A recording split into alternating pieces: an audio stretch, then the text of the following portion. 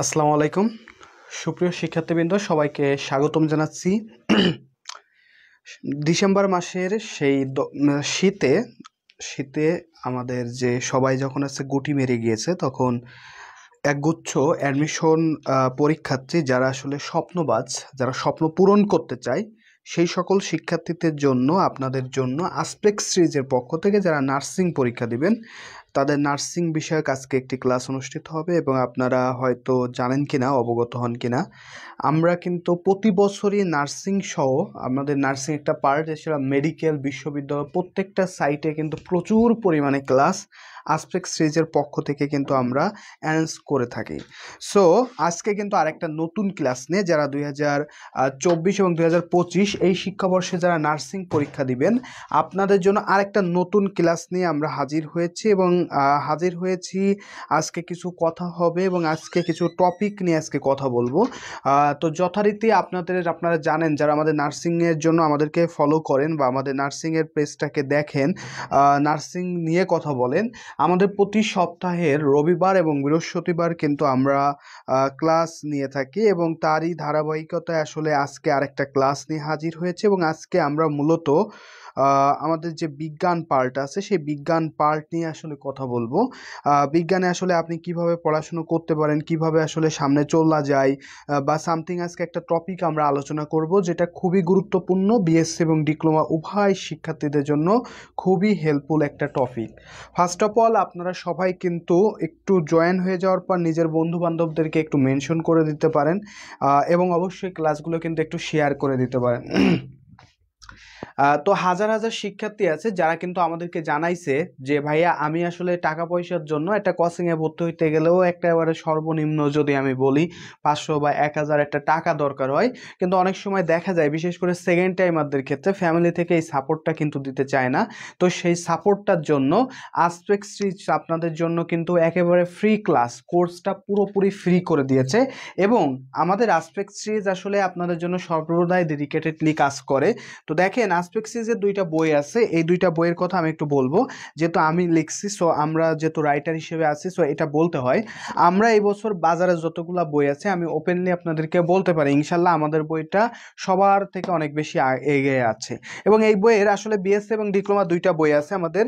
তো দেখেন, আমাদের ডিপ্লোমার বই আর বিএসসির যে বই আছে দুইটার আসলে বিশেষত্বর মধ্যে আসলে আপনি কি পাচ্ছেন, বাজারে স্বাভাবিক গতানুগতিক ধারার বই আর এই বইটার মধ্যে আসলে ডিফারেন্সটা কি, আমি সেটা যদি আপনাকে একটু বলি।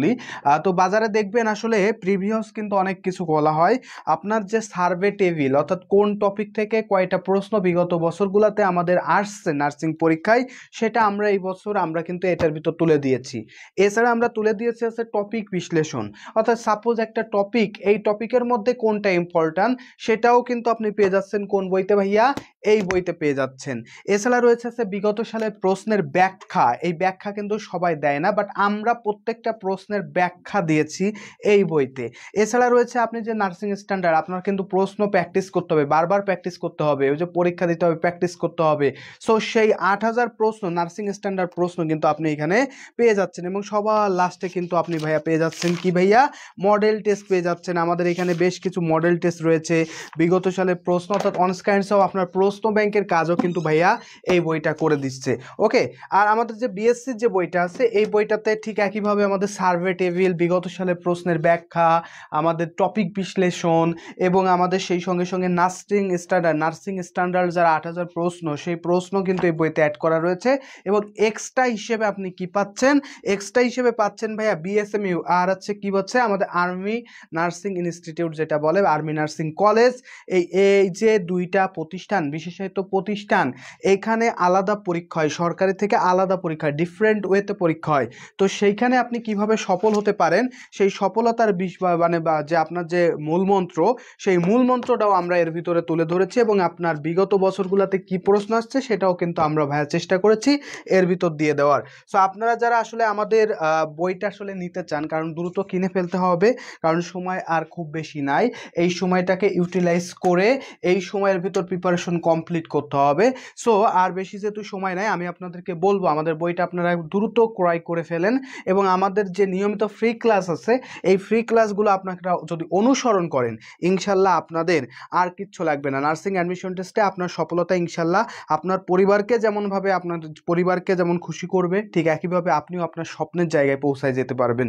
তো আমাদের প্রাইসটা হচ্ছে ভাইয়া, প্রাইস যদি বলে আমাদের যে বইটাই নেবেন, আমাদের প্রাইস হচ্ছে ভাইয়া 420 টাকা, এবং 420 টাকায় আপনি ঘরে বসে উইথাউট এনি কোরিয়ার চার্জ আপনি কিন্তু আমাদের বইটা কিন্তু কালেক্ট করতে পারবেন।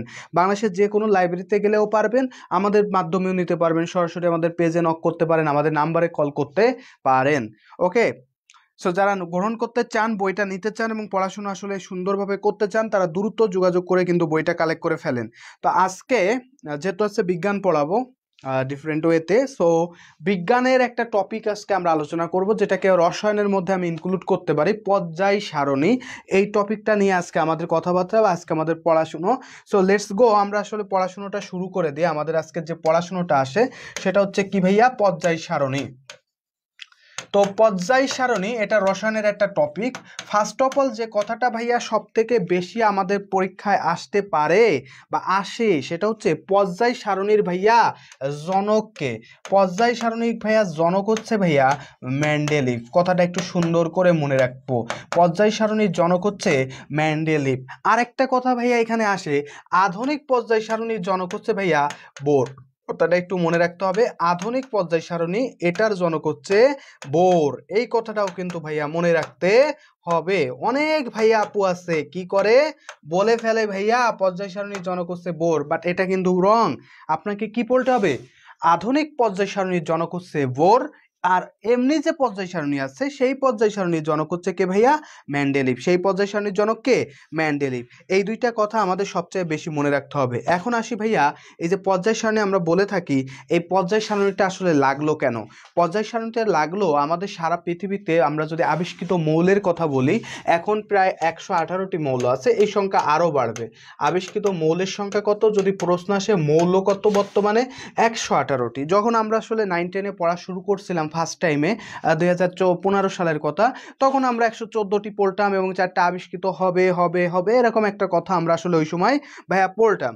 তো পরবর্তীতে আমরা বুঝতে পারছি যে আসলে কি হয়েছে, এক সময় এসে এখন কিন্তু সবাই পড়ে, যারা 9-10-এ আসবেন তারাও পড়ে যে 118টি। রিয়া মনি লিখছে আসসালামু আলাইকুম। ওয়ালাইকুম আসসালাম আপু, যুক্ত হওয়ার জন্য ধন্যবাদ। এবং আমরা কিন্তু লাস্টে কিছু প্রশ্ন দিয়ে আজকের ক্লাসটা সাজিয়েছি, সো আপনারা যুক্ত হয়ে যাওয়ার পর আপনার বন্ধু বান্ধবীদেরকেও একটু মেনশন করে দিতে পারেন, যেন তারাও এসে আসলে আমাদের সাথে যুক্ত হতে পারে, এবং সুন্দর একটা ক্লাস কিন্তু আজকে অনুষ্ঠিত হতে চলেছে। ওকে, অনেক ইনফরমেশন কিন্তু আমরা এখান থেকে ভাইয়া শিখবো ইনশাল্লাহ। তো দেখেন, আধুনিক পর্যায় সারণী তাহলে জনককে, আধুনিক পর্যায় সারণীর জনক হচ্ছে ভাইয়া বোর, আর এমনি পর্যায় সারণীর জনক হচ্ছে ভাইয়া মেন্ডেলিভ। এই কথাটা সবাই একটু সুন্দর করে ভাইয়া মনে রাখতে হবে। এই প্রত্যেকটা কথা আমাদের যে বই আছে এই বইতে আপনারা পাবেন। আমি আপনাদের আসলে পেজ ধরে বলে দিতে পারবো যে বইয়ের আসলে কোথায় রয়েছে। 3 নাম্বার যে অধ্যায়টা রয়েছে সেখানে গেলে কিন্তু আপনারা ভাইয়া এইগুলা ভাইয়া পেয়ে যাবেন। এখন আসি হচ্ছে ভাইয়া আরেকটা প্রশ্ন আসে, পর্যায় সারণীর আসলে ভিত্তি কি? পর্যায় সারণীর ভিত্তি হচ্ছে ইলেকট্রনের বিন্যাস অথবা পারমাণবিক সংখ্যা, আপনি যে কোনো একটা বলতে পারেন, তবে স্বাভাবিকভাবে আমরা সাধারণত বলে থাকি পর্যায় সারণীর ভিত্তি কি। পর্যায় সারণীর ভিত্তিটা একটু সুন্দর করে আমাদের কিন্তু ভাইয়া, পর্যায় সারণীর মূল ভিত্তি হচ্ছে ভাইয়া ইলেকট্রন বিন্যাস। এই কথাটা ভালো করে মনে রাখবেন, ইলেকট্রন বিন্যাস। তাহলে পর্যায় সারণীর মূল ভিত্তিটা কি, ইলেকট্রন বিন্যাস। এই কথাটা প্রায় পরীক্ষা আসে, সো এটা আমরা একটু সুন্দর করে ভাইয়া মনে রাখবো। তাহলে পর্যায় সারণীতে মোট মৌল আছে 118টি, সারা পৃথিবীতে আবিষ্কৃত মৌলের সংখ্যা হচ্ছে 118টি, এটা জনক হচ্ছে মেন্ডেলিভ, আধুনিক পর্যায় সারণীর জনক হচ্ছে বোর, পর্যায় সারণীর ভিত্তি হচ্ছে ইলেকট্রন বিন্যাস। এই কথাগুলো আমরা সবাই খুব সুন্দর করে ভাইয়া মনে রাখতে হবে। এখন আমি চলে যাচ্ছি ভাইয়া এই 118টি মৌল নিয়ে আমরা এখন একটু পড়াশুনো করব বা ভিতরে যাব। তো দেখেন 118টি মৌল, এই মৌলকে মূলত আসলে পর্যায় সারণীতে দুইটা বিষয় থাকে, একটা থাকে হচ্ছে পর্যায়, এই পর্যায় আছে আধুনিক পর্যায় সারণীতে পর্যায় আছে 7টি। আর যদি বলি ভাইয়া গ্রুপ, গ্রুপ আছে হচ্ছে ভাইয়া 18টি। সুন্দর করে মনে রাখতে হবে, গ্রুপ আছে 18টি, পর্যায় আছে 7টি। গ্রুপ আছে 18টি, পর্যায় আছে কয়টি ভাইয়া, পর্যায় আছে 7টি। এই কথাটা আমরা সবাই খুব সুন্দর করে ভাইয়া মনে রাখবো। তাহলে গ্রুপ আছে হচ্ছে 18টি, পর্যায় আছে হচ্ছে ভাইয়া 7টি। পর্যায়গুলো সাধারণত হচ্ছে এইভাবে থাকে, আর গ্রুপগুলো সাধারণত হচ্ছে এইভাবে থাকে। ওকে, এখন দেখেন এই যে 18টি গ্রুপ, এই গ্রুপের মধ্যে গ্রুপ 1, এই গ্রুপের যে মৌলগুলো আছে একেবারে প্রথম গ্রুপের মৌল, এইগুলাকে বলা হয়েছে ক্ষার ধাতু। সুন্দর করে মনে রাখবো, এটাকে কি বলা হয়? ক্ষার ধাতু। গ্রুপ 2, এই গ্রুপের মৌলগুলাকে বলা হয় মৃৎ ক্ষার ধাতু। কি বলা হচ্ছে? মৃৎ ক্ষার ধাতু। একটু সুন্দর করে মনে রাখবো, ঠিক আছে? গ্রুপ 2 এর মৌলগুলাকে বলা হয় মৃৎ ক্ষার ধাতু। এরপর আসে আছে গ্রুপ 17। গ্রুপ 17 এর মৌল যেগুলো আছে সেগুলোকে বলা হয় ভাইয়া হ্যালোজেন। হ্যালোজেন, হ্যালোজেন শব্দের অর্থ হচ্ছে সমুদ্রের লবণ প্রস্তুতকারী। সমুদ্রে লবণ প্রস্তুতকারী, প্রস্তুতকারী। ওকে, সমুদ্রে লবণ প্রস্তুতকারী হচ্ছে হ্যালোজেনের পূর্ণরূপ। ওকে, এরপরে দেখেন ভাইয়া, আমরা যদি যাই, আসসালামু আলাইকুম, দেশ আছে মনিরা খাতুন। ওয়ালাইকুম আসসালাম আপু। গ্রুপ 17 পর যদি বলি গ্রুপ 18, এই মৌলগুলাকে বলা হয় নিষ্ক্রিয় মৌল। কেন নিষ্ক্রিয় বলা হচ্ছে? কারণ এই যে মৌলগুলা থাকে, এই মৌলগুলা কিন্তু কোনো কারোর সাথে কিন্তু বিক্রিয়া করতে চায় না, বা এরা চায় না যে ঝগড়া বিবাদে যায়। এরা সবসময় চায় ভাই আমাকে সেভ কর, আমার দরকার নাই, নাথিং, আমি চাই না, আমি যেমন আছি তেমন থাকি। এই চিন্তা ভাবনাটা কাদের ভাইয়া? গ্রুপ 18 মৌলগুলার অবস্থানটা হচ্ছে এই রকম, ঠিক আছে? গ্রুপ 11, এই মৌলগুলাকে বলা হয় ভাইয়া, গ্রুপ 11 যে মৌলগুলা আছে এই মৌলগুলাকে বলা হয় মুদ্রা ধাতু। এটাকে কি বলা হয়? মুদ্রা ধাতু। এখানে একটা কথা আমি বলি ভাইয়া, গ্রুপ 11 মধ্যে আসলে 4টা মৌল আছে। তার মধ্যে সোনার কথা আপনি শুনবেন, সোনা, রূপা, তামা, এইগুলা কিন্তু প্রাচীন কাল থেকে মুদ্রা হিসেবে রাজা বাদশারা কিন্তু ব্যবহার করত। এই জন্য গ্রুপ 11 মৌলগুলাকে বলা হয়েছে মুদ্রা ধাতু। কি বলা হয়? মুদ্রা ধাতু। ওকে, এটা একটু মনে রাখতে হবে। শেখ স্বপন লিখছে আসসালামু আলাইকুম। ওয়ালাইকুম আসসালাম। ফাহিম আক্তার লিখছে আসসালামু আলাইকুম। ওয়ালাইকুম আসসালাম আপু, যুক্ত হওয়ার জন্য ধন্যবাদ। তাহলে এই কথাগুলো আমরা একটু পড়বো। এছাড়া আমি যদি বলি যে গ্রুপ 15 নিক্টোজেন, এটা আমরা মোটামুটি জানি। গ্রুপ 16, তারপরে আমরা এই কথাগুলো একটু সুন্দর করে ভালো করে মনে রাখবো। এইগুলা বেশি আসে, সো এই কারণে আমার এইগুলো দেওয়া, ঠিক আছে? সো এইগুলা ইনশাল্লাহ আমরা পারবো, ইনশাল্লাহ আমরা পারবো। ওকে, ইনশাল্লাহ আমার ভাইয়া পুরা এগুলা পারবে। এরপর আমরা চলে যাচ্ছি ভাইয়া, দেখেন গ্রুপে আমাদের টোটাল যে 118টা মৌল আছে, এর মধ্যে ভাইয়া গ্রুপ আমার যদি বলি পর্যায় 1, পর্যায় 1, এই পর্যায় 1-এ মৌল আছে হচ্ছে ভাইয়া মাত্র 2টি মৌল থাকে। পর্যায় 1-এ মৌল থাকে কয়টি? 2টি। এরপর চলে যায় ভাইয়া পর্যায় 2 আর 3, এই দুইটাতে থাকে ভাইয়া 8টি করে মৌল। পর্যায় 2 আর 3-এ থাকে কয়টি করে? 8টি করে মৌল। পর্যায় 4 আর 5, 4 আর 5-এ থাকে ভাইয়া 18টি করে মৌল, ঠিক আছে? 18টি করে মৌল। আর পর্যায় যদি আমি বলি 6 আর 7, 6 আর 7, এই দুইটা গ্রুপে মৌল থাকে 32টি করে। কয়টি করে? 32টি করে। সুন্দর করে মনে রাখতে হবে, এই দুইটা গ্রুপে মৌল থাকে 32 করে। সব মিলায়ে মৌল হচ্ছে কয়টি ভাইয়া? সব মিলায়ে মৌল হচ্ছে ভাইয়া আমাদের 118টি। এই 118টি মৌল দিয়ে হচ্ছে আমাদের পর্যায় সারণী তৈরি করা হয়। এখন আসি ভাইয়া, সব থেকে গুরুত্বপূর্ণ বিএসসিদের বিশেষ করে আসে এই যে আমাদের যে মৌলগুলো আছে এগুলোর মধ্যে, যেমন হাইড্রোজেন, হাইড্রোজেনের পারমাণবিক সংখ্যা হচ্ছে ভাইয়া 1। আমরা যেমন বলি আছে হিলিয়াম, হিলিয়ামের পারমাণবিক সংখ্যা হচ্ছে 2। আমরা যেমন বলি লিথিয়াম, এর পারমাণবিক সংখ্যা হচ্ছে ভাইয়া 3। ঠিক একইভাবে অক্সিজেন, অক্সিজেনের পারমাণবিক সংখ্যা হচ্ছে 8। আমরা যদি বলি ভাইয়া ক্লোরিন, ক্লোরিনের পারমাণবিক সংখ্যা হচ্ছে 17। এই যেভাবে আমরা কিন্তু অনেক কিছু বলতে পারি, ঠিক আছে? তো এই যে পারমাণবিক সংখ্যাগুলো আমাদের আছে, এই পারমাণবিক সংখ্যা কিন্তু ইলেকট্রন বিন্যাসের উপর, আমি কিন্তু আগেই বলছি যে পরমাণুগুলো নির্ভর করে, বা এই যে আমরা যে বিষয়গুলো নির্ভর করতেছে কোন পর্যায়ে থাকবে, এটা নির্ভর করে কিসের উপর ভিত্তি করে? ইলেকট্রন বিন্যাসের উপর ভিত্তি করে। তো দেখো, ইলেকট্রন বিন্যাসের উপর ভিত্তি করে আমাদের মৌলগুলাকে, এই 118টি মৌলকে আমাদের মোট হচ্ছে 4টি ভাগে ভাগ করা যায়। 4টি ভাগে, ঠিক আছে?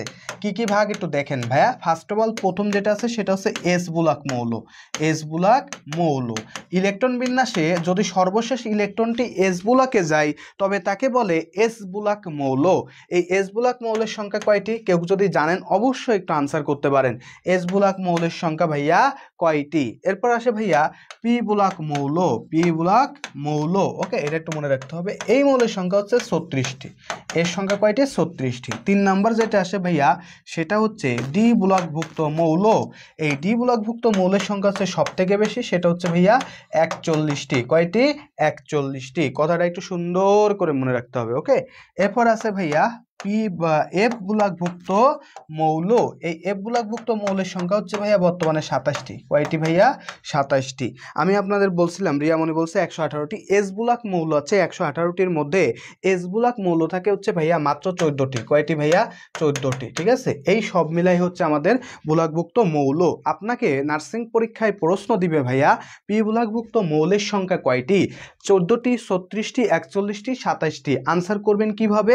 আপনি নিজেই জানেন। কয়টি? 36টি। আপনাকে যদি দেয় ভাইয়া এফ বুলাকভুক্ত মৌলের সংখ্যা কয়টি? 27টি। এফ বুলাকভুক্ত মৌলের সংখ্যা হচ্ছে ভাইয়া 27টি। ডি বুলাকভুক্ত মৌলের সংখ্যা কয়টি সবচাইতে বেশি? সেটা হচ্ছে 41টি। কয়টি সেটা?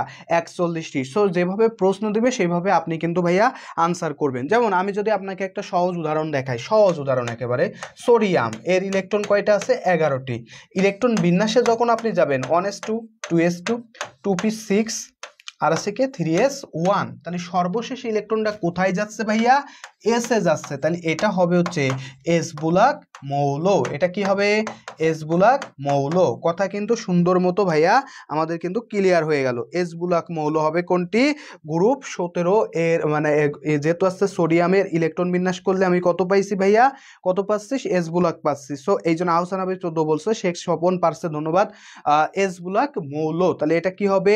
এটা হবে হচ্ছে এস বুলাক মৌল। ঠিক একইভাবে আমি যদি আপনাদেরকে একটা দেখাতে বলি ভাইয়া সিএল বা আপনি যদি ক্লোরিনের কথা বলেন, এটার ইলেকট্রন আছে কয়টি ভাইয়া? 17টি। করেন তো ভাইয়া, এটা যদি করি 1s2, 2s2, 2p6, 3s2 হবে, 3s2 আর 3p5, 3p5, তাহলে সর্বশেষ ইলেকট্রন যাচ্ছে কোথায়? পিতে। তাহলে ক্লোরিনটা হবে কি ভাইয়া? এটা হবে সে পি বুলাকভুক্ত মৌল। এটা হবে পি বুলাকভুক্ত মৌল। সো এই কথাগুলো আমরা সবাই একটু সুন্দর করে পড়বো এবং আমরা অন্তত চেষ্টা করব পর্যায় সারণীর প্রথম 30 থেকে 40টা মৌল এর সংকেত সহ পড়ার। বিশেষ করে আমার ডিপ্লোমার যে ভাই আপু আছেন, আপনারা প্রথম 30 থেকে 40টার সংকেত এবং কি নাম এটা কিন্তু পড়ে যাবেন। যেমন আপনাদের কিন্তু গত 1 বছর আগে পরীক্ষায় প্রশ্ন দিছে ভাইয়া পটাশিয়ামের সংকেত কি, এটা দিছে পটাশিয়াম এর সংকেত কি। যদি জিজ্ঞেস করে পটাশিয়ামের সংকেত কি, আমার অনেক ভাই আপু কি করবে? পটাশিয়াম, তাহলে কি হবে? পি লিখে বসে থাকবে। বাট এটা কিন্তু না ভাইয়া, পটাশিয়ামের সংকেত কি বলতো? কে। পটাশিয়ামের সংকেত কি? কে। পটাশিয়ামের সংকেত হচ্ছে কে। পিতে যাবে। হ্যাঁ, থ্যাংক ইউ ভাইয়া, পারছো, ধন্যবাদ। তাহলে পটাশিয়ামের সংকেতটা কি হবে? পটাশিয়ামের সংকেত হবে কে। আমরা অনেক ভাই আপু আছে পটাশিয়াম পটাশিয়াম লিখে বসে থাকে, বাট এটা কি? টোটালি রং। সো আমাদের এইগুলা ভুল করা ভাইয়া যাবে না। যদি ভুল করেন তাহলে কি হবে? সেটা তো আপনি বুঝতে পারতেছেন যে ভুল হইলে আপনি কিন্তু পিছায় যাবেন। ওকে, থ্যাংক ইউ। এবার চলে যাচ্ছি ভাইয়া, এখন দেখো অবস্থান্তর মৌলর মধ্যে আমরা অবস্থান্তর মৌল বলে একটা শব্দ আছে, অবস্থান্তর মৌল। তো অবস্থান্তর মৌল বলতে আসলে কাদেরকে বোঝায়? অবস্থান্তর মৌল, অবস্থান্তর মৌল মানে হচ্ছে যেসব দ্বিবুলকভুক্ত মৌলের অন্তত একটি আয়ন, দ্বিবুলকভুক্ত মৌলের অন্তত একটি আয়ন, স্বর্ণালী দে পারছে, আহসানাবি পারছে, জান্নাতুল ফেরদৌস পারছে, থ্যাংক ইউ। অবস্থান্তর মৌল যেমন দ্বিবুলকভুক্ত মৌলে, যেসব দ্বিবুলকভুক্ত মৌলের অন্তত একটি আয়ন, মৌলের অন্তত একটি আয়ন, অন্তত একটি আয়ন, ঠিক আছে, এরকম আসে, অন্তত একটি আয়ন, একটি আয়ন। যদি আয়নের ইলেকট্রন বিন্যাসে যদি ডি অরবিটাল আংশিক পূর্ণ থাকে, আয়নের ইলেকট্রন বিন্যাসে ডি অরবিটাল আংশিক পূর্ণ, ইলেকট্রন বিন্যাসে ডি অরবিটাল আংশিক পূর্ণ, ঠিক আছে,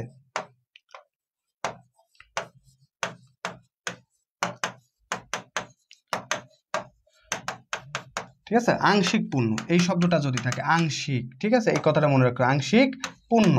তার মানে হচ্ছে ডি অরবিটালে সর্বোচ্চ ইলেকট্রন থাকতে পারে কয়টা ভাইয়া? কে কে জানো ভাই একটু কমেন্ট করবা। জান্নাতুল ফেরদৌস, আসসালামু আলাইকুম। ওয়ালাইকুম আসসালাম। তোমরা যারা যুক্ত হয়েছো তোমরা তোমাদের বন্ধু বান্ধবীদেরকে মেনশন করতে পারো, নিজের টাইমলাইনে রেখে দিতে পারো, বা অন্যদের সাথেও কিন্তু ক্লাসটা শেয়ার করে দিতে পারো যেন তারাও এসে আমাদের সাথে জয়েন হতে পারে। সো তোমরা দ্রুত করতে পারো। ওকে, তো দেখো আংশিক পূর্ণ বলতে কি বোঝায়? দেখো আমাদের ডি যে অরবিটালটা আছে, এই অরবিটালে ইলেকট্রন থাকতে পারে সর্বোচ্চ আছে 10টি।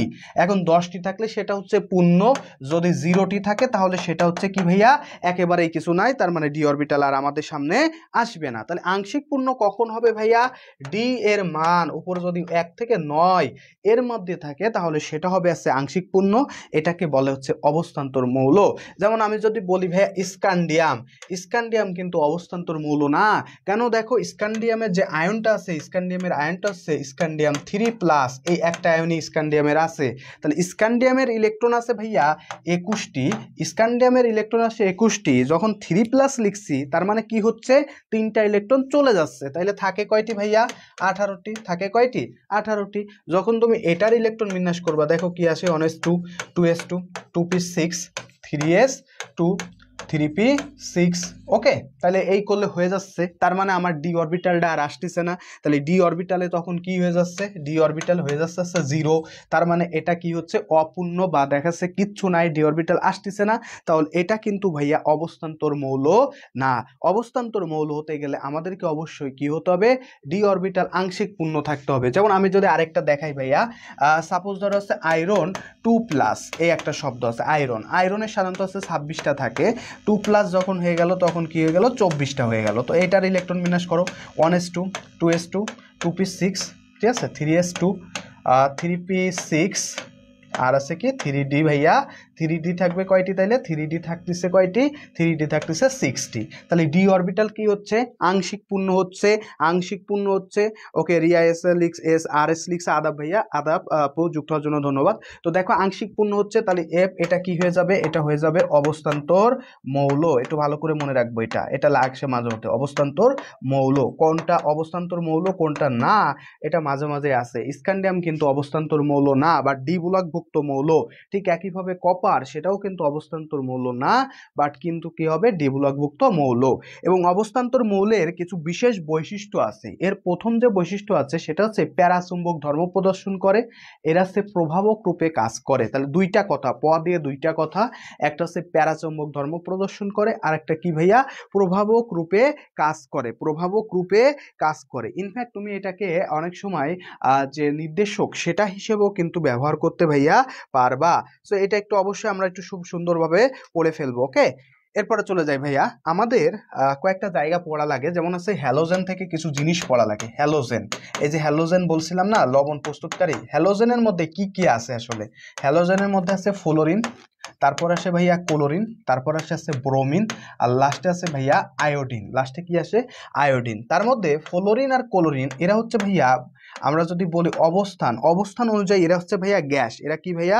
প্যারাচুম্বকীয়। ওকে, এটা হচ্ছে চৌম্বক। পদার্থবিজ্ঞানে একটা শব্দ আছে, শব্দ অনুযায়ী তুমি সহজ ভাষায়, যেটা আমি তোমাকে একটু সহজ ভাষায় বুঝাই দিই। প্যারাচুম্বকটা আসলে কি, সহজ ভাষায় বলি। চৌম্বক আসলে মেইনলি আমি যদি 3টা ভাগে ভাগ করি, এর মধ্যে ধরো যে ফেরোচৌম্বক, প্যারাচৌম্বক এবং ডায়াচৌম্বক। তার মানে ফেরোটাই হচ্ছে সব থেকে বেশি চৌম্বক যদি হয়, আসলে একটা পদার্থ চৌম্বকে পরিণত হতে পারবে, সেটা হচ্ছে ফেরোচৌম্বক। যদি বলি প্যারা, তার মানে অল্প একটু হতে পারে, তাহলে সেটা হবে হচ্ছে প্যারা। আর যদি একেবারেই না হয় তাহলে সেটা ধরে নিবা সেটা হচ্ছে ওয়ান কাইন্ডস অফ ডায়া। একবারে সহজ হিসাব কিতাব হচ্ছে এরকম, বুঝছো? এর মধ্যে অনেক কথাবার্তা আছে, এটা নিয়ে আসলে একটা আলাদা ক্লাসই আছে, বুঝছো? এটা একটা আলাদা ক্লাসই হবে পদার্থবিজ্ঞানের উপর। ওকে, আমি সহজ ভাষায় তোমাদেরকে সহজে বুঝাই দিলাম। যদি অল্প পরিমাণ, ধরো যে হয় কি, বিদ্যুৎ গিলে কিন্তু চৌম্বক হচ্ছে, আবার চৌম্বকের কারণেও কিন্তু বিদ্যুৎ হয়। তো বিদ্যুৎ গিলে চৌম্বক হচ্ছে, তো একটা পদার্থ আমি রাখছি, তো বিদ্যুৎ দিচ্ছি। এখন ওই পদার্থ থেকে আসলে যে আমাদের যে চৌম্বকে আসবে কিনা, যদি অল্প পরিমাণে হয় তাহলে সেটা ধরে নিবা সেটা হচ্ছে কি ভাইয়া? সেটা হচ্ছে প্যারাচুম্বক। ওকে, এবার যাই ভাইয়া গ্যাস। এই দুইটার অবস্থান কি ভাইয়া? এই দুইটার অবস্থান হচ্ছে ভাইয়া গ্যাস। আর ব্রোমিন এটার অবস্থান হচ্ছে ভাইয়া তরল। আর আয়োডিন এটার অবস্থান হচ্ছে ভাইয়া কঠিন। কঠিন, ঠিক আছে? এটা একটু মনে রাখবা। এবং সমুদ্রে কোনটা পাওয়া যায়? সমুদ্রে তো অবশ্যই সবগুলোতেই সমুদ্রে পাওয়া যায়, বাট লবণের বলে থাকে, দেখবা যে আয়োডিনের অভাবে কোন রোগ হয়, আমরা অনেকে হয়তো জানি না। একটু বলো তো দেখি ভাইয়া, কে কে জানো আয়োডিনের অভাবে কিন্তু একটা রোগ হয়? কে কে বলতে পারবো ভাইয়া? একটু কমেন্ট করে জানাই দাও তো, আয়োডিনের অভাবে আসলে কোন রোগ হয়? আয়োডিনের অভাবে আসলে কোন রোগ হয়? কে কে জানো ভাইয়া? একটু কমেন্ট করবা। আয়োডিনের অভাবে আসলে কোন রোগ হয়? ওকে, একটু কমেন্ট করে জানাই দাও।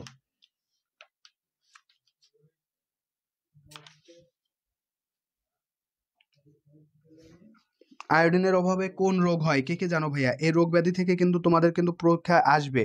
ওকে, মাসুমা কবির বলছে গলগণ্ড, থ্যাংক ইউ সো মাচ। আর কে কে আছো ভাইয়া? আর ইয়ার লিখছে রাতকানা লিখছে আহসান হাবিব, থ্যাংক ইউ। আর কে কে আছো ভাইয়া? দ্রুত কমেন্ট করো, দ্রুত কমেন্ট করো, যারা যারা আছো, কোনো সমস্যা নাই, যে যেটা ভাবে পারো, যেভাবে পারো সেটা উত্তর দিবা। ওকে, সো আমি বলে দিই ভাইয়া, আয়োডিনের অভাবে হচ্ছে গলগণ্ড রোগ হয়, এটা মনে রেখো, গলগণ্ড রোগ হয়। এবং এটা ধরে নেওয়া হতো আগে রংপুর অঞ্চল যেটা আসে, যেটাকে আমরা উত্তরাঞ্চল বলে থাকি, এইখানে নাকি আসলে গলগণ্ড রোগটা প্রচুর পরিমাণে দেখা যেত। তো আমি এইভাবে সিদ্ধান্ত নিয়েছিলাম ছোটবেলায় যে রংপুরের দিকে বিয়ে শাদী করা যাবে না, কেন, গলগণ্ড রোগ হয়। বাট আসলে এটা কিন্তু এখন আর নাই, এটা এই রোগটা খুবই রেয়ার, কারণ এখন লবণের সাথে আয়োডিন মিশানো হচ্ছে। আর আয়োডিন মিশানো মানে কি, আয়োডিন মিশানো হলে সবাই খাইতে পারতেছে, সো ওইদিকে এখন কিন্তু এটা একেবারে রেয়ার একটা ডিজিজ বা খুব কম দেখা যায়। ওকে, তো দেখো আমাদের যে দক্ষিণবঙ্গে যারা আছে, দক্ষিণবঙ্গের দিকে অর্থাৎ বঙ্গোপসাগর কেন্দ্রিক, তো তারা তো আসলে আয়োডিন পেয়ে যাচ্ছে, মাটিতে পানিতে তাদের আয়োডিন সব সময় থাকে, সো তাদের আসলে এক্সট্রা ভাবে আর লাগতো না। বাট আমাদের রংপুর অধিবাসী বা ওই অঞ্চলের দিকে যারা থাকে, তাদের কিন্তু আসলে সমুদ্র থেকে দূরে, তাদের কিন্তু আয়োডিনের ভাইয়া দরকার হয়। হাবিব ভাইয়া মনে হয় গোটা লিখছিল হচ্ছে রাতকানা। ভাইয়া রাতকানা যে রোগটা আছে, এটা হয়েছে ভাইয়া ভিটামিন এ এর অভাবে। কিসের অভাবে? Vitamin A. এবং ভিটামিন এর অভাবে দুইটা রোগ আমাদের পড়া লাগে, রাতকানা এবং জেরাপ্থেলমি, এই দুইটা রোগ কিন্তু ভিটামিন এর অভাবে হয়ে থাকে। ওকে, এটা একটু সুন্দর করে ভাইয়া মনে রাখবা। ওকে, এখন দেখো হ্যালোজেন নিয়ে দুইটা শব্দ আমরা এখান থেকে একটু পড়বা। একটা হচ্ছে ভাইয়া, দুইটা শব্দ যদি বলি আমি, ইলেকট্রন আসক্তি, ইলেকট্রন আসক্তি অর্থাৎ ইলেকট্রন যে গ্রহণ করতে পারে, একটা ইলেকট্রন দিলে সে যে গ্রহণ করবে, ইলেকট্রন আসক্তি, সেটাকে কি বলে? আসক্তি, অর্থাৎ ইলেকট্রন নেওয়া বা গ্রহণ করা। এই ইলেকট্রন আসক্তির একটা ক্রম রয়েছে, সেই ক্রমটা কি? ইলেকট্রন আসক্তি সব থেকে বেশি হচ্ছে ভাইয়া ক্লোরিনের, তারপরে বেশি কার ভাইয়া? তারপর বেশি হচ্ছে ফ্লোরিনের, তারপর বেশি কার ভাইয়া? তারপর বেশি হচ্ছে ব্রোমিনের, তারপর বেশি হচ্ছে ভাইয়া আয়োডিনের। ওকে, সো দেখো তাহলে ইলেকট্রন আসক্তি সব থেকে বেশি কার? সব থেকে বেশি হচ্ছে ক্লোরিনের। এই কথাটা একটু সুন্দর করে ভাই আমরা একটু অবশ্যই মনে রাখবো, ঠিক আছে? এটা একটু সুন্দর করে মনে রেখো, ইলেকট্রন আসক্তি সব থেকে বেশি কার তাইলে? এটা হবে হচ্ছে ক্লোরিনের। ওকে, এটা একটু সুন্দর করে আমরা সবাই সুন্দর করে একটু মনে রাখবো। ওকে ভাইয়া, আচ্ছা যাক, আমরা পরবর্তীতে চলে যাই। এখন আমরা কিছু যৌগ পড়বো, যেগুলোর আসলে আমাদের ধনাত্মক নাকি ঋণাত্মক, এটা দিয়ে কিন্তু পরীক্ষায় আসছে, নার্সিং পরীক্ষায় কিন্তু বিগত বছরগুলোতে আসছে। তো দেখি আমরা কয়েকটা যৌগ আমরা আসলে পড়তে পারি কিনা। যেমন ধরো অ্যামোনিয়া, অ্যামোনিয়া এটার সংকেতটা আমরা জানি, অ্যামোনিয়া এটার সংকেত কিন্তু অ্যামোনিয়াম, এটার সংকেত আমরা কিন্তু মোটামুটি জানি NH4, NH4 plus, NH4 plus, তার মানে এটা কি হবে? প্লাস যেহেতু আছে, প্লাস যদি থাকে উপরে, তাহলে ধরে নিবা এটা কি? এটা অবশ্যই ধনাত্মক, এটা কি হবে? ধনাত্মক হবে। ওকে, এরপর দেখো ভাইয়া, এরপর আছে নাইট্রেট, এরপর আছে কি ভাইয়া? নাইট্রেট, এই একটা আছে নাইট্রেট, নাইট্রেট এটার হবে হচ্ছে NO3 মাইনাস, তাহলে এটা কি হবে? এটা হবে অবশ্যই ঋণাত্মক, যেহেতু মাইনাস আছে তার মানে বোঝাই যাচ্ছে এটা কি হবে? অবশ্যই ঋণাত্মক হবে। ওকে, এরপর চলে যাচ্ছি ভাইয়া, দেখো নাইট্রেটের পরে কার্বোনেটটা আসে, কার্বোনেট এটাও কিন্তু আমাদের প্রচুর আসে। কার্বোনেট এটার সংকেতটা কি হবে ভাইয়া? এটার সংকেত হবে হচ্ছে CaO3 মাইনাস। ওকে, এটাও কিন্তু আসে, এটাও একটু পড়বা। তারপর দেখো সালফেটটা আসে, সালফেট, সালফেটটা হবে কি? SO4 2 মাইনাস, তাহলে এইগুলা একটু বেশি আসে। তো এই তিনটা কিন্তু ভাইয়া দেখতে পাচ্তেছো, এগুলা কি হবে? এগুলো হচ্ছে ঋণাত্মক, এগুলা সবই হচ্ছে ভাইয়া ঋণাত্মক। আর ধনাত্মক কোনটা? এই একটাই হচ্ছে, সেটা হচ্ছে ধনাত্মক। তাহলে বাকি সবগুলো হচ্ছে ঋণাত্মক, একটাই আছে, সেটা কি? অ্যামোনিয়ামটা হচ্ছে ভাইয়া ধনাত্মক। তাহলে আমাদের যদি জিজ্ঞেস করে ভাইয়া নিচের কোনটি ধনাত্মক আধান বা আয়ন, এরকম সামথিং যদি কিছু জিজ্ঞেস করে, তুমি কিন্তু সহজে উত্তর দিতে পারবা, তুমি কিন্তু ভাইয়া সহজে উত্তর দিতে পারবা। সো সবাই কিন্তু এটা একটু সুন্দর করে মনে রেখো, এবং আমাদের বইতে যারা কিনবা তারা কিন্তু প্রত্যেকটা জিনিসই ইনশাল্লাহ পেয়ে যাবো, ওইখানে কিন্তু সব কিছু দেওয়া আছে, ওইখানে কিন্তু আমাদের সব কিছু ভাইয়া সুন্দর করে লিখে দেওয়া আছে। সো তোমরা ইনশাল্লাহ এই জিনিসগুলো ভাইয়া ওইখানে পেয়ে যাবা। ওকে, সো দেখো এরপরে আমরা একটু যাচ্ছি, সেটা হচ্ছে বন্ধন নিয়ে একটু কথা বলি। বন্ধন, বন্ধন মানে হচ্ছে এ বন্ধন সে বন্ধন না, এটা রাখি বন্ধন না। রাখি বন্ধন উৎসবটা চালু করছিলেন রবীন্দ্রনাথ ঠাকুর, আরো আগেরই একটা উৎসব, বাট এটা কিন্তু বাংলাতে যে জনপ্রিয়তা এটা লাভ করছে হচ্ছে বঙ্গভঙ্গের সময় রাখি বন্ধন যে উৎসব চালু করছিলেন তারপর থেকে। এই যে বন্ধন, এটা হচ্ছে রসায়নের বন্ধন, একটা মৌলের সাথে আর একটা মৌলের যে ভালোবাসা। সাপোজ আমি যদি জিজ্ঞেস করে HCl, এই যে আমাদের যে অ্যাসিডটা আছে, এই অ্যাসিডটা হাইড্রোজেনের সাথে যে ক্লোরিনের যে একটা বন্ধন বা ভালোবাসা কাজ করতেছে, এইরকম যে বন্ধন আছে, সেই বন্ধন হচ্ছে মূলত কয়েকটা ভাগে ভাগ করা যায়। এই বন্ধনকে আমরা মূলত 5টি ভাগে ভাগ করতে পারি। কি কি আছে একটু ভালো করে দেখবেন। ফার্স্ট অফ অল আছে হচ্ছে ভাইয়া আয়নিক বন্ধন। আয়নিক বন্ধন আমরা এটা মনে রাখবো। 2 নম্বরে অবশ্যই সমযোজী বন্ধন, এই দুইটা সব থেকে বেশি গুরুত্বপূর্ণ, সমযোজী বন্ধন। 3 নম্বরে আমরা পড়বো সেটা হচ্ছে ভাইয়া আমাদের আছে ভ্যান্ডারওয়াল বন্ধন বলে একটা শব্দ আছে, ভ্যান্ডারওয়াল বন্ধন। ভ্যান্ডারওয়াল বন্ধন, এই বন্ধনটাও কিন্তু খুব গুরুত্বপূর্ণ। এরপরে হচ্ছে আমাদের আছে ধাতব বন্ধন, এবং লাস্ট একটা শব্দ আছে সেটা হচ্ছে ভাইয়া হাইড্রোজেন বন্ধন।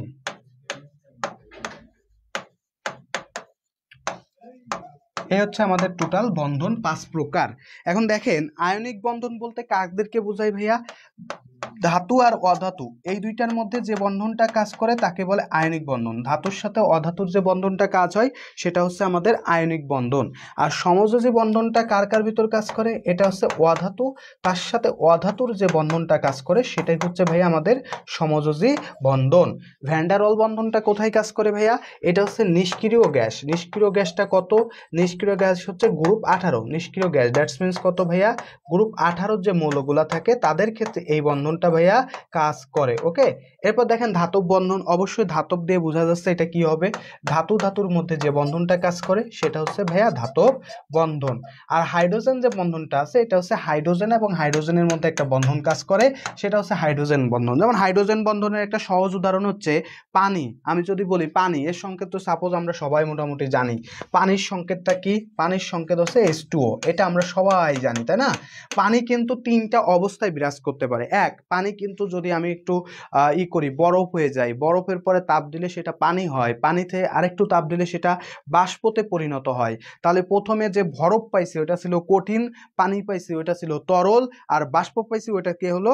গ্যাস হলো। তাহলে এই যে 3টা অবস্থার সৃষ্টি হয়েছে, এই 3টা অবস্থার সৃষ্টি হওয়ার জন্য দায়ী হচ্ছে হাইড্রোজেন বন্ধন। ওকে, এরপর দেখেন আমাদের আয়নিক বন্ধন থেকে ম্যাক্সিমাম ক্ষেত্রে পরীক্ষা আসে। যেমন আমি যদি এই যে বললাম HCl বা হাইড্রোক্লোরিক যে অ্যাসিড যেটা বলছি, এটা আমাদের কোথায় থাকে? এটা আমাদের পাকস্থলীতে থাকে। ঠিক আছে, এটা একটু মনে রাখতে হবে, আমাদের পাকস্থলীতে খরিত হয়, এটা আমাদের পাকস্থলীতে পাওয়া যায়। তাহলে পাকস্থলীতে যে অ্যাসিডটা পাওয়া যায় সেটা কি? HCl। ওকে, দেখেন এখন এখানে হাইড্রোজেন আর ক্লোরিন এরা কিন্তু কি করতেছে? এরা কিন্তু একটা সুন্দর বন্ধন, এই যে বন্ধনটা এখানে কিন্তু একটা সুন্দর কাজ হচ্ছে, তাই না? তো একইভাবে আমাদের প্রত্যেকটা কাজে কিন্তু আছে। দেখেন না, এই NaCl এর ক্ষেত্রে আমি যদি একটু ব্যাখ্যা করি আপনাদের, সোডিয়ামের ইলেকট্রন বিন্যাস করলে দেখা যায় যে সর্বশেষ স্তরে সোডিয়ামের ইলেকট্রন বিন্যাস যদি আমি করি 1s2 2s2 2p6 আর 3s1, তাহলে সর্বশেষ স্তরে একটা ইলেকট্রন থেকে গেছে। আবার যদি আমি ক্লোরিনের কথা বলি, আপনাকে যদি জিজ্ঞেস করে ভাইয়া ক্লোরিনের ইলেকট্রন বিন্যাস করলে দেখবেন 1s2 2s2 2p6 3s2 আর আছে কি 3p ভাইয়া 5। এখন দেখা যায় ক্লোরিন আছে হাংরি, কারণ কি? ওর p অরবিটালে 6টা ইলেকট্রন থাকার কথা ছিল বা পূর্ণ হতে পারতো, বাট আছে হচ্ছে 5টা। আর এখানে সোডিয়াম বলতেছে যে আমার একটা বেশি হয়ে গেছে, এটা যদি আমি ত্যাগ করতে পারতাম। প্রত্যেকটা মৌল চাই অষ্টক ধর্ম পূরণ করতে, কি করতে চাই? তার পার্শ্ববর্তী যে অষ্টক ধর্ম আছে সেটা ফিল আপ করতে চাই। তো সেই তাড়না থেকে এ কি করে, এর একটা ইলেকট্রন ওকে দিয়ে দেয় যে নে তুই নে, তোর কাছে নিয়ে থাক, তুই ভালো থাক। তো এই যে দিয়ে দেওয়ার কারণে এই যে সম্পর্কটা তৈরি হলো, আদান প্রদানের ফলে যে সম্পর্ক তৈরি হয় সেটাই হচ্ছে মূলত আয়নিক বন্ধন। আদান প্রদানের ফলে যেটা হয় সেটা হচ্ছে আয়নিক বন্ধন। আর সমযোজী বন্ধনে মূলত আসলে কি হয়? ইলেকট্রনের শেয়ার হয়। এখানে কি হয়? শেয়ার ঘটে। ঠিক আছে, এটা একটু সুন্দর করে মনে রাখবেন, শেয়ার ঘটে। ইলেকট্রনের শেয়ার ঘটে কোথায়? সমযোজী বন্ধনে। যেমন আমরা ওই যে বললাম H2O এর কথা যদি বলি, এখানে অক্সিজেনের সাথে হাইড্রোজেনের কিন্তু ইলেকট্রনের শেয়ার হয়েছে। কি হচ্ছে? ইলেকট্রনের শেয়ার হচ্ছে। ওকে, এখন দেখেন এই যে সমযোজী বন্ধন, এটা কিন্তু আবার আমরা দুইটা ভাগ আমরা দেখতে পারি। সমযোজী বন্ধনের ক্ষেত্রে দুইটা ভাগ আমরা দেখতে পারি। কি কি আছে? একটা আছে সিগমা আর একটা পাই। এরকম দুইটা নাম আমরা শুনি, সিগমা আর পাই, সিগমা আর পাই। ওকে, সিগমা আর কি থাকে ভাইয়া, পাই থাকে। তো সিগমা আর পাই এটা মূলত হচ্ছে জৈব যৌগের যে যেখানে আছে সেখানে আমরা সেখান থেকে জানতে পারি, যেমন অ্যালকেন, অ্যালকাইনের ক্ষেত্রে বিশেষ করে এই কথাটা বেশি পড়া হয়। সিগমা মানে হচ্ছে যেটা আছে সামনাসামনি, সামনাসামনি আছে যে বন্ধনটা হয়, সামনাসামনি একটা সংঘর্ষমূলক হয় এবং এটা অত্যন্ত শক্তিশালী। আর পাই মানে হচ্ছে পাশাপাশি, এইভাবে পাশাপাশি থাকবে, সেটা হচ্ছে ভাইয়া পাশাপাশি যদি থাকে তাহলে সেটা হবে হচ্ছে পাই। তাহলে সিগমা হচ্ছে সামনাসামনি, পাই হচ্ছে ভাইয়া পাশাপাশি। ওকে, এখন দেখো সিগমা আর পাই, যেমন আমি যদি বলি অ্যালকেনের ক্ষেত্রে, প্রথমে যদি বলি সিসি একক বন্ধন থাকলে সেটা তো মূলত আসলে অ্যালকেন বলে, সেটাকে কি বলে, অ্যালকেন বলে। ওকে, তো এই যে সিসি একক বন্ধন থাকা মানে হচ্ছে সেখানে সিগমা বন্ধন আছে, যদি দুইটা বন্ধন থাকে তার মানে অ্যালকিনের ক্ষেত্রে অ্যালকিন, তাহলে দুইটা বন্ধন থাকলে একটা সব সময় একটা যৌগে সিগমা বন্ধন থাকবে হচ্ছে একটা, সিগমা বন্ধন সবসময় একটা থাকে, বাকি আপনার পাই বন্ধন যে কয়টা থাকতে পারে, 5টা 10টা 20টা যা খুশি তাই থাকতে পারে। তাহলে এইখানে কয়টা আছে ভাইয়া, এখানে আছে ভাইয়া একটি আছে সিগমা আর একটা আছে পাই, এখানে আছে একটা সিগমা আর একটা আছে কি ভাইয়া, একটি আছে পাই। ঠিক একইভাবে আমি যদি জিজ্ঞেস করি ভাইয়া C C double triple bond যদি চিন্তা করি অ্যালকাইনের ক্ষেত্রে, সেক্ষেত্রে কি হবে ভাইয়া, এখানে আপনি কি বলবেন, একটি তুলতে হবে সিগমা, একটি তো অবশ্যই সিগমা আছে, তাহলে একটা সিগমা বন্ধন বাদ গেল, তাহলে বাকি রয়েছে কয়টা, দুইটা, এই দুইটি কি হবে, এই দুইটি হবে হচ্ছে পাই বন্ধন, এই দুইটি হবে হচ্ছে ভাইয়া পাই বন্ধন। সো এই কথাগুলো একটু সুন্দর করে মনে রাখবেন। তাহলে সমযোজী বন্ধনটা খুব গুরুত্বপূর্ণ এবং এখান থেকে কিন্তু নানানভাবে ভাইয়া পরীক্ষায় কিন্তু প্রশ্নগুলা ভাইয়া এসে থাকে। সো আমরা এই কথাটা একটু সুন্দর করে ভাইয়া মনে রাখবো। ওকে, সো আমরা পরবর্তীতে চলে যাই। এখন আমরা আসলে কিছু প্রশ্ন আসলে আলোচনা করব, যেগুলো আসলে এতক্ষণ যে পড়াইলাম একটা অধ্যায় থেকে অনেক কিছুই তো পড়াইলাম। সো পড়ানোর ধারাবাহিকতায় আমরা এখন আপনাদের কিছু প্রশ্ন যদি জিজ্ঞেস করি যে আসলে কি আছে, সো সেই প্রশ্নগুলো আমরা আপনাদের সাথে এখন একটু শেয়ার করব। যদি প্রশ্নটা আমি আপনাদের সাথে একটু শেয়ার করি, ওকে, সো চলেন আমরা প্রশ্ন আলোচনা করব। তার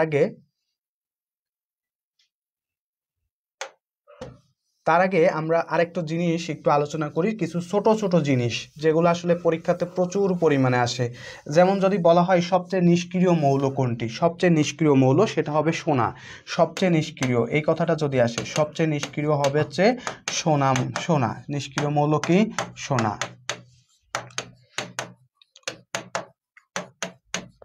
সোনা, ঠিক আছে, এটা একটু মনে রাখবেন। সবচেয়ে নিষ্ক্রিয় মৌল কোনটি, এটা বেশি আসে, সো এটা একটু মনে রাখবেন, সোনা। তারপরে যদি জিজ্ঞেস করে সর্বাপেক্ষা ভারী ধাতু কোনটি, অসমিয়াম।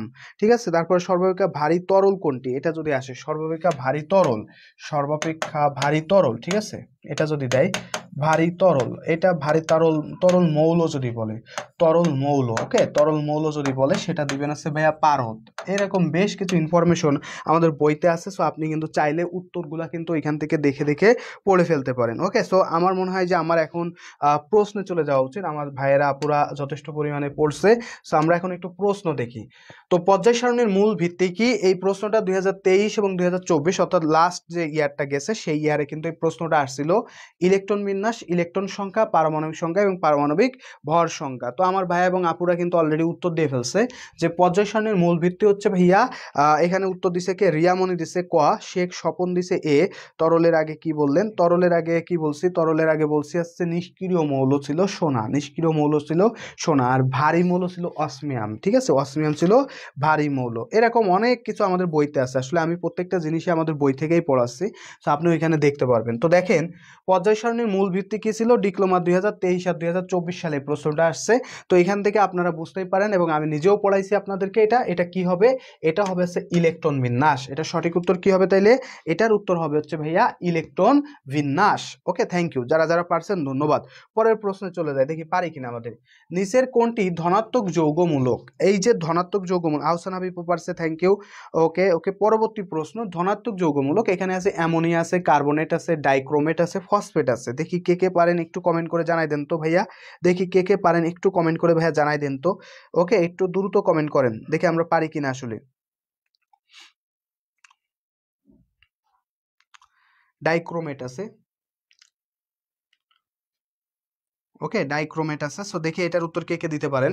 অ্যামোনিয়াম আছে, কার্বনেট আছে, ডাইক্রোমেট আছে এবং ফসফেট আছে, ফসফেট। ওকে, শেখ স্বপন বলছে এ, অ্যামোনিয়াম বলছে। আর কে কে আছেন ভাই একটু কমেন্ট করবেন। ওকে, থ্যাংক ইউ, থ্যাংক ইউ। আর যারা যারা আছেন দ্রুত কমেন্ট করেন, দ্রুত দ্রুত দ্রুত, আমরা সবার থেকে উত্তর চাচ্ছি। দেখি আমাদের কোনো ভাইয়া এবং আপু উত্তর দিতে পারে কিনা। রিয়া মনি বলছে ক। আর কে আছো ভাইয়া? আহসান হাবিব ক বলছো, মানে এ বলছে। সো আপনারা দ্রুত কমেন্ট করে জানাই দেন, ঠিক আছে? আমরা আশা করি যে উত্তরগুলো পাবো এবং আমরা উত্তর দিব। সো দেখেন, আমি আপনাদেরকে কয়েকটা পড়াইছিলাম, তার মধ্যে তো অ্যামোনিয়াম ছিল। তো আমি যদি একটু সংকেতগুলো লিখি, অ্যামোনিয়ামের সংকেত ছিল NH4 প্লাস, কার্বনেটের সংকেত ছিল আছে CO3 মাইনাস, এরকম ছিল 2 মাইনাস সামথিং। ওকে, এমন জিনিসগুলাই ছিল। এরপরে যদি কার্বনেটের পরে যদি আমি বলি CO3 মাইনাসের পরে যদি জিজ্ঞেস করেন যে ভাইয়া CO3 মাইনাস 2 মাইনাস ছিল, এখানে 2 মাইনাস ছিল। ডাইক্রোমেটের CR2O7 2 মাইনাস, এখানেও তাই দেওয়া যায়। ফসফেট আছে SO4 2 মাইনাস। তাহলে বাকি যেগুলো আছে, এই যে তিনটা আছে, এই তিনটা কি ভাইয়া? এই তিনটা হচ্ছে ভাইয়া ঋণাত্মক। এই তিনটা কি ভাইয়া? ঋণাত্মক। তাহলে ধনাত্মক রয়েছে কোনটা? ধনাত্মক হচ্ছে একটা, সেটা কি? অ্যামোনিয়া। তাহলে সঠিক উত্তর আসবে কোনটি ভাইয়া? অ্যামোনিয়াম আসবে হচ্ছে সঠিক উত্তর। তাহলে সঠিক উত্তর হচ্ছে অ্যামোনিয়াম, ক নাম্বারটা হচ্ছে ভাইয়া সঠিক উত্তর। ওকে, সো থ্যাংক ইউ। সো পরের প্রশ্নে চলে যায়, দেখি কি আছে।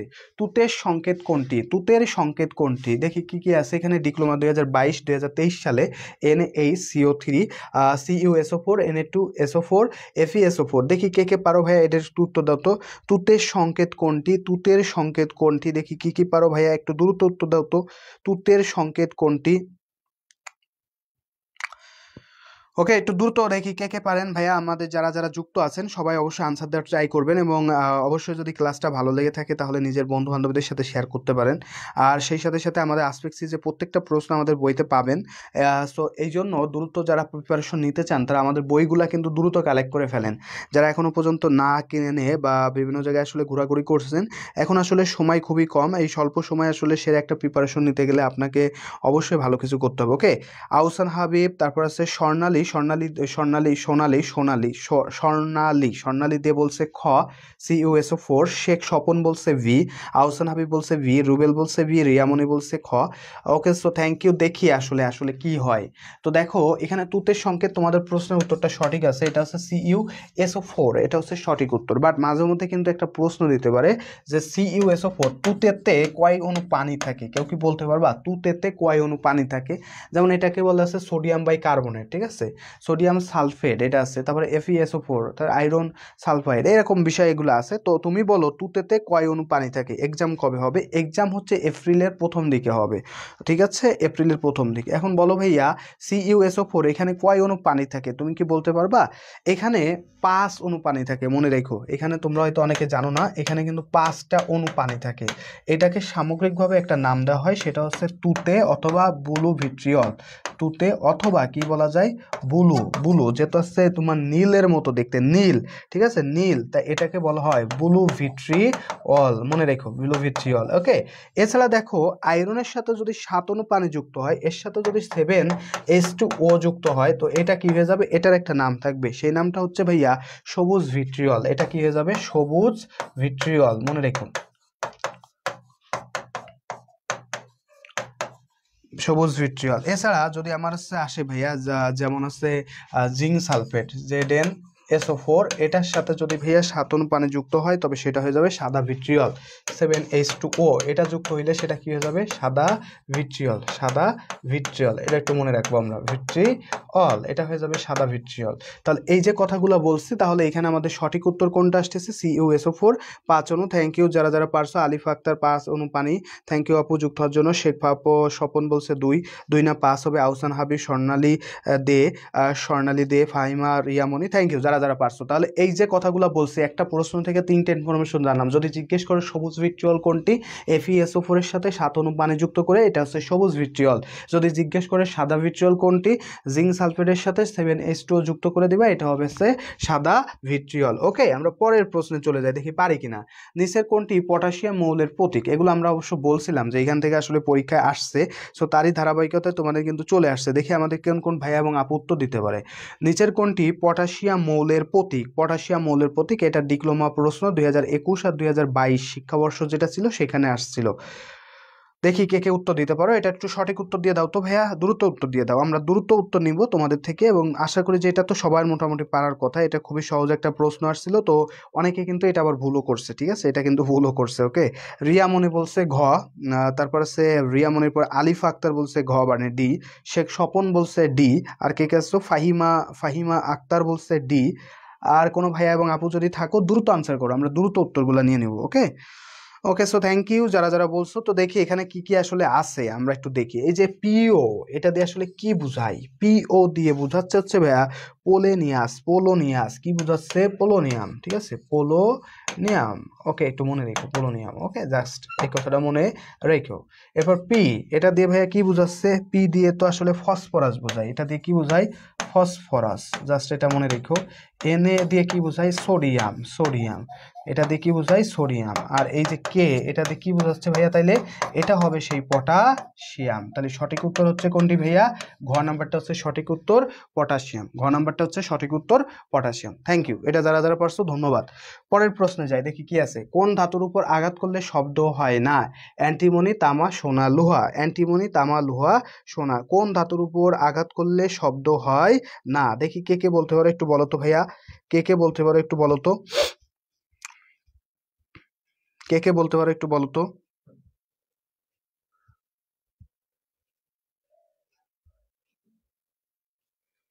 রিয়ামণি বলছে ক। আর কে কে আছো ভাই কমেন্ট করে দ্রুত জানাই দাও। তো দেখো, অ্যান্টিমনি, এটাকে আসলে এসভি, এটার সংকেত হচ্ছে এসভি। ওকে, অ্যান্টিমনির সংকেতটা কি ভাইয়া? এসভি। অ্যান্টিমনি কিন্তু হচ্ছে একটা অপধাতু বলতে পারো, বা অর্ধধাতু, অপধাতু অথবা বলতে পারো অর্ধধাতু, যে কোনো একটা বলতে পারো, অ্যাজ ইউর উইশ। তো যেহেতু অর্ধধাতু আছে, অর্ধধাতু অবশ্যই তোমার ধাতুর মতো কাজ আসলে ওইভাবে আসলে করে না। সো তাহলে সঠিক উত্তর কি হবে? সঠিক উত্তর আসবে হচ্ছে কোয়া, অ্যান্টিমনি। বাকি যে তিনটা আছে এখানে কিন্তু শব্দ হয়, এখানে কি হয়? শব্দ হয়। তাহলে শব্দ হলে এটা তো আর তোমার দরকার হবে না। তাহলে শব্দ হয় না কোথায়? অ্যান্টিমনিতে কোনো শব্দ উৎপাদন হয় না। তাহলে সঠিক উত্তর হচ্ছে ভাইয়া অ্যান্টিমনি। অ্যান্টিমনির সংকেত হচ্ছে এসভি। ওকে, যাক আমরা পরের প্রশ্নে চলে যাই। কপার সালফেটের বর্ণ কি রূপ? কপার সালফেট, তো এটা আমরা মোটামুটি বলছি, CuSO4, এই হচ্ছে কপার সালফেট।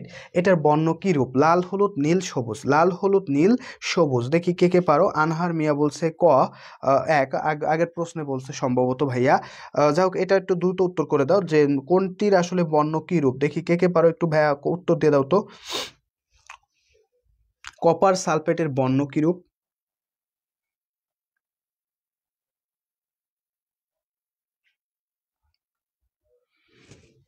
ওকে, আলিফা আক্তার বলছে সি, শেখ স্বপন বলছে সি, রিয়ামণি বলছে গ। আর কে কাছে ভাই কমেন্ট করে জানাই দাও, দ্রুত সবারই উত্তর চাচ্ছি। তো দেখো, কপার সালফেটের কথা আমি বলছিলাম, এটা হচ্ছে তুতে, এর সাথে যদি 5 অনু পানি যুক্ত করা হয় সেটা হয়ে যাবে তুতে, এবং তুতে কি হচ্ছে? নীল রঙের কারণে এটাকে ব্লু ভিট্রিয়ল বলা হয়। তাহলে তুতের যেহেতু হচ্ছে কপার সালফেট, তাহলে এটা কি হয়ে যাবে? বর্ণ, তাহলে বর্ণটা কি হয়ে যাবে? নীল হয়ে যাবে। বর্ণটা কি হয়ে যাবে? নীল হয়ে যাবে। সো সবাই ইনশাল্লাহ পারছো, ধন্যবাদ সবাইকে তোমরা যারা যারা পারছো, আর যারা পারো নাই তাহলে ঠিক হয়ে যাও। ওকে, সো পরের প্রশ্নে চলে যাই। কোন গ্যাস অ্যাসিড ধর্মী? কোন গ্যাস অ্যাসিড ধর্মী? এখানে আছে কার্বন ডাইঅক্সাইড আছে, কার্বন মনোঅক্সাইড আছে, নাইট্রোজেন আছে, হাইড্রোজেন আছে। এখানে কি কি আছে দেখি? কার্বন ডাইঅক্সাইড আছে অর্থাৎ CO2, কার্বন মনোঅক্সাইড আছে, নাইট্রোজেন আছে, নাইট্রোজেন আছে N2, কার্বন মনোঅক্সাইড আছে CO, আর হাইড্রোজেন আছে, এটা কি হবে? H2। এই কার্বন মনোঅক্সাইড এটাকে বলা হয় কিন্তু ভাইয়া নীরব ঘাতক। এটাকে কি বলা হচ্ছে? নীরব ঘাতক। অর্থাৎ এটা কিন্তু খুবই বিষাক্ত, বিষাক্ত একটা গ্যাস, এবং এটা কোনো একটা কার্বনের অদগ্ধ দহনের কারণে, মানে অসম্পূর্ণ দহনের কারণে কার্বন মনোঅক্সাইড কিন্তু তৈরি হয়। কার্বন মনোঅক্সাইড কি হয়? তৈরি হয়। তো কোন গ্যাস অ্যাসিড ধর্মী? এটা 2018 আর 2019 এই শিক্ষাবর্ষে আসছিল। Carbon dioxide, nitrogen, carbon monoxide, hydrogen. Okay, দেখি কে কে পারো। আর নাইট্রোজেন ক্ষেত্রে অবশ্যই বলতে হয় নিষ্ক্রিয় গ্যাসের পর সব থেকে বেশি নিষ্ক্রিয় হচ্ছে কোনটি? নাইট্রোজেন। নিষ্ক্রিয় গ্যাসের পর সব থেকে বেশি নিষ্ক্রিয় হচ্ছে নাইট্রোজেন। থ্যাংক ইউ যারা যারা পারছো। গ বলছে রিয়ামণি, আলিফা, শেখ স্বপন, হাবিবুর রহমান। থ্যাংক ইউ ভাইয়া, পারছো। তাহলে অ্যাসিড ধর্মী হচ্ছে কোনটা জানো? অ্যাসিড ধর্মী হচ্ছে কার্বন ডাইঅক্সাইড। তাই সঠিক উত্তরটা আসবে হচ্ছে ক, অ্যাসিড ধর্মী কোনটি? Carbon dioxide. থ্যাংক ইউ যারা যারা পারছো। ওকে, সুমাইয়া আক্তার বলছে ক, ফাহিমা আক্তার, স্বর্ণালী দে, আহসান হাবিব ক। তাহলে থ্যাংক ইউ, ধন্যবাদ। কার্বন ডাইঅক্সাইড হবে সঠিক উত্তর। পরের প্রশ্নে যাই, দেখি কোন কোন ধাতু পানি অপেক্ষা হালকা? দেখি কে কে পারো একটু বলো তো। Magnesium, calcium, sodium, potassium. কোন ধাতু পানি অপেক্ষা হালকা? দেখি কে কে পারো ভাই, একটু কমেন্ট করে জানাই দাও তো, কোন ধাতু পানি অপেক্ষা হালকা?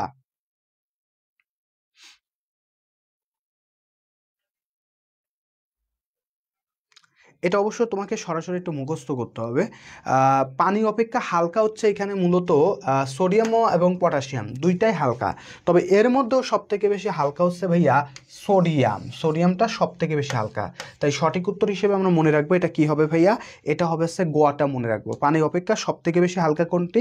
গোয়া, সোডিয়াম। ঠিক আছে, এটার একটা ঘনত্ব আছে, সো এত বেশি আমরা এখন আর পড়তেছি না, ডিপলি যাচ্ছি না, আমরা এইটা মনে রাখবো যে সবচেয়ে বেশি হালকা কোনটি? সোডিয়াম। সোডিয়াম, ওকে, জাস্ট এটা আমরা একটু মনে রাখবো। পরের প্রশ্নটা একটু দেখি, হাইড্রোজোয়িক অ্যাসিড কোনটি? হাইড্রোজোয়িক অ্যাসিড কোনটি? হাইড্রোজোয়িক অ্যাসিড কোনটি? দেখি কে কে পারো ভাই, একটু কমেন্ট করো তো। NH3, HN3, NaOH, NaNO3, NaNO3। দেখি কে কে পারো ভাই, একটু কমেন্ট করো তো। হাইড্রোজোয়িক অ্যাসিড কোনটি? হাইড্রোজোয়িক অ্যাসিড কোনটি? হাইড্রোজোয়িক অ্যাসিড কোনটি? দেখি কে কে পারো। NH3, এটা 14 আর 15 সালে আসছিল হাইড্রোজোয়িক অ্যাসিড। তো একটু বলে রাখি ভাইয়া, যেমন এই সিলের ক্ষেত্রে বলছিলাম হাইড্রোক্লোরাইড, এটাকে কি বলছিলাম? Hydrogen chloride. হাইড্রোজেন ক্লোরাইড, এটা হচ্ছে হাইড্রোজেন ক্লোরাইড। ঠিক আছে, তো দেখবা সবসময় ক্লোরাইড এইরকম একটা কথা আমি বলছিলাম হয়তো বা তোমাদেরকে, এটা গ্যাস। তো হাইড্রোজোয়িক যদি হাইড্রো এই শব্দটা যদি প্রথমে থাকে, তার মানে ধরে নিবা হাইড্রোজেনটা প্রথমের দিকে থাকার সম্ভাবনাটাই বেশি। তো সেই হিসাব করলে দেখো তো হাইড্রোজেনটা কোথায় বেশি আছে? এখানে সব থেকে প্রথমে রয়েছে কোনটা বলো তো? HNO3, এখানে হাইড্রোজেন রয়েছে। তাই সঠিক উত্তর আসবে হচ্ছে ভাইয়া খ। সঠিক উত্তর আসবে কোনটি? খ। সি নাম্বার কিন্তু সঠিক উত্তর না ভাইয়া। এখানে হাইড্রোজোয়িক অ্যাসিড হচ্ছে HNO3। সোডিয়াম হাইড্রোক্সাইডটা একটা ক্ষার, এটা কি সবথেকে শক্তিশালী একটা ক্ষার। ঠিক আছে, সো তাইলে সঠিক উত্তর কি হবে? HN3। পরের প্রশ্নে যাই, মেন্ডেলিফের পর্যায় সারণীর মূল ভিত্তি কি ছিল? দেখি কে কে পারো ভাই, এটা একটু উত্তর দাও তো। মেন্ডেলিফের যে পর্যায় সারণী ছিল তার মূল ভিত্তি কি ছিল, একটু বলো তো দেখি কে কে পারো। মেন্ডেলিফের পর্যায় সারণীর মূল ভিত্তি কি ছিল?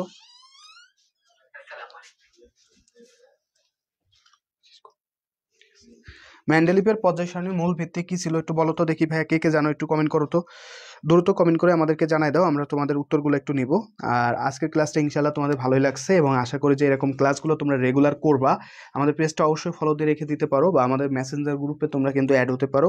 অ্যাড হতে চাইলে আমাকে নক দিতে পারো, অথবা আমাদের পেজের যে উপরে মেসেঞ্জার গ্রুপের লিঙ্ক দেওয়া থাকবে সেখানে অবশ্যই তোমরা দেখতে পারো। ওকে, সো মোটামুটি অনেকে বলছো যে পারমাণবিক সংখ্যা, কেউ বলছো হচ্ছে পারমাণবিক ভর, এভরিথিং অনেক কিছু বলছো ভাইয়া। এটা একটু বলে দিই, যখন মেন্ডেলিভ 1869 সালেই তো করছিল, তো 1869 সালে যখন করছিল তখন তিনি চিন্তা করছিলেন হচ্ছে পারমাণবিক ভর নিয়ে কাজ করছিলেন। কি নিয়ে কাজ করছিলেন? পারমাণবিক ভর নিয়ে। তো যেহেতু তিনি পারমাণবিক ভর নিয়ে কাজ করলেন, ওই সময় ইলেকট্রন বিন্যাস ছিল না। বর্তমান আধুনিক যুগে এসে ইলেকট্রন বিন্যাসটা ব্যবহার করছে হচ্ছে বোর। ঠিক আছে, বোর। তাই পারমাণবিক ভর হবে হচ্ছে সঠিক উত্তর। তাই পারমাণবিক ভর হচ্ছে সঠিক উত্তর। ওকে, পারমাণবিক ভর হচ্ছে সঠিক উত্তর। সো আজকে আসলে আমাদের পড়াটা আসলে এই পর্যন্তই ছিল। আমাদের পড়াটা আসলে কেমন লাগছে সেগুলো তো অবশ্যই আপনারা বলবেন। আমাদের আসপেক্ট সিরিজের যে বইগুলো আছে, যারা এখনো পর্যন্ত কালেক্ট করেন নাই, যে প্রত্যেকটা ইনফরমেশন আমাদের বইতে থেকেই নেওয়া, তো বইগুলো যারা এখনো পর্যন্ত কালেক্ট করেন নাই তারা কিন্তু আমাদের বইগুলো কালেক্ট করতে পারেন। আপনি বাংলাদেশের যে কোনো লাইব্রেরিতে গেলে কিন্তু বইটা পেয়ে যাবেন। আর আমাদের থেকে নিলে মাত্র 420 টাকায় আপনি ঘরে বসে কোরিয়ার চার্জ সহ আর কি, ঘরে বসে কিন্তু এই যে বই ডিপ্লোমার জন্য এবং আমাদের বিএসসির জন্য এই বইগুলো পেয়ে যাবেন। এই বই থেকে গত বছর আমাদের যে পরিমাণ প্রশ্ন আসছে, আমরা আশাবাদী এই বছর তার থেকে আরও বেশি প্রশ্ন, 95% প্রশ্ন ইনশাল্লাহ এই বই থেকে আমাদের কমন থাকবে ইনশাল্লাহ। ওকে, এটা আমরা আশাবাদী, বাকিটা আল্লাহ ভরসা। ওকে, সো যারা কিনতে চান, যারা এখনো পর্যন্ত আসলে পড়াশোনা শুরু করেন নাই, সুন্দরভাবে পড়াশোনা শুরু করেন এবং সেই সাথে সাথে বইটা কালেক্ট করেন নাই, তারা অবশ্যই বইটা একটু কালেক্ট করতে পারেন। এবং আমি বলবো যে কিনতে হবে বিষয়টা এমন না, আপনি যদি হাতে নিয়ে একটু দেখেন অন্তত ভালো লাগবে, আশা করি যে ভালো লাগবে এবং বিমুখ হবেন না। একটা সুন্দর পরামর্শ দিচ্ছি। সো ইনশাল্লাহ দেখা হবে নেক্সট ক্লাসে। আমাদের নেক্সট ক্লাসটা অনুষ্ঠিত হবে হচ্ছে আসপেক্ট সিরিজের পক্ষ থেকে বৃহস্পতিবারে আমাদের যে ক্লাসটা হবে সেই ক্লাসে ইনশাল্লাহ সবাই উপস্থিত থাকবেন এবং সুন্দর একটা ক্লাস নিয়ে আবার হাজির হব আপনাদের সাথে। তো আজকের ক্লাস কেমন লাগছে সেটা জানাতে পারেন, বন্ধু বান্ধবদের সাথে শেয়ার করতে পারেন। আর যারা আমাদের যে পেজটা ফলো করেন নাই তারা ফলো করবেন এবং সেই সঙ্গে সঙ্গে কোশ্চেন দিবেন, দয়া করে কোশ্চেন বেশি দিবেন। আচ্ছা হ্যাঁ, অবশ্যই আরও বেশি দিব, সামনে ইনশাল্লাহ আরও বেশি থাকবে। ওকে, সো ইনশাল্লাহ আশা করি যে তোমাদের পড়াশোনা আরও বেশি হোক, ভালো সুন্দর প্রিপারেশন নিতে থাকেন আপনারা সবাই, সেই প্রত্যাশা রেখে তাহলে ক্লাসটা তাহলে আজকে এখানে শেষ করব। সবাই যারা ধৈর্য ধরে এতক্ষণ ক্লাস করছেন সবাইকে অনেক অনেক শুভেচ্ছা, অনেক অনেক ধন্যবাদ। ইনশাল্লাহ নেক্সট ক্লাসে দেখা হবে। আল্লাহ হাফেজ, আসসালামু আলাইকুম।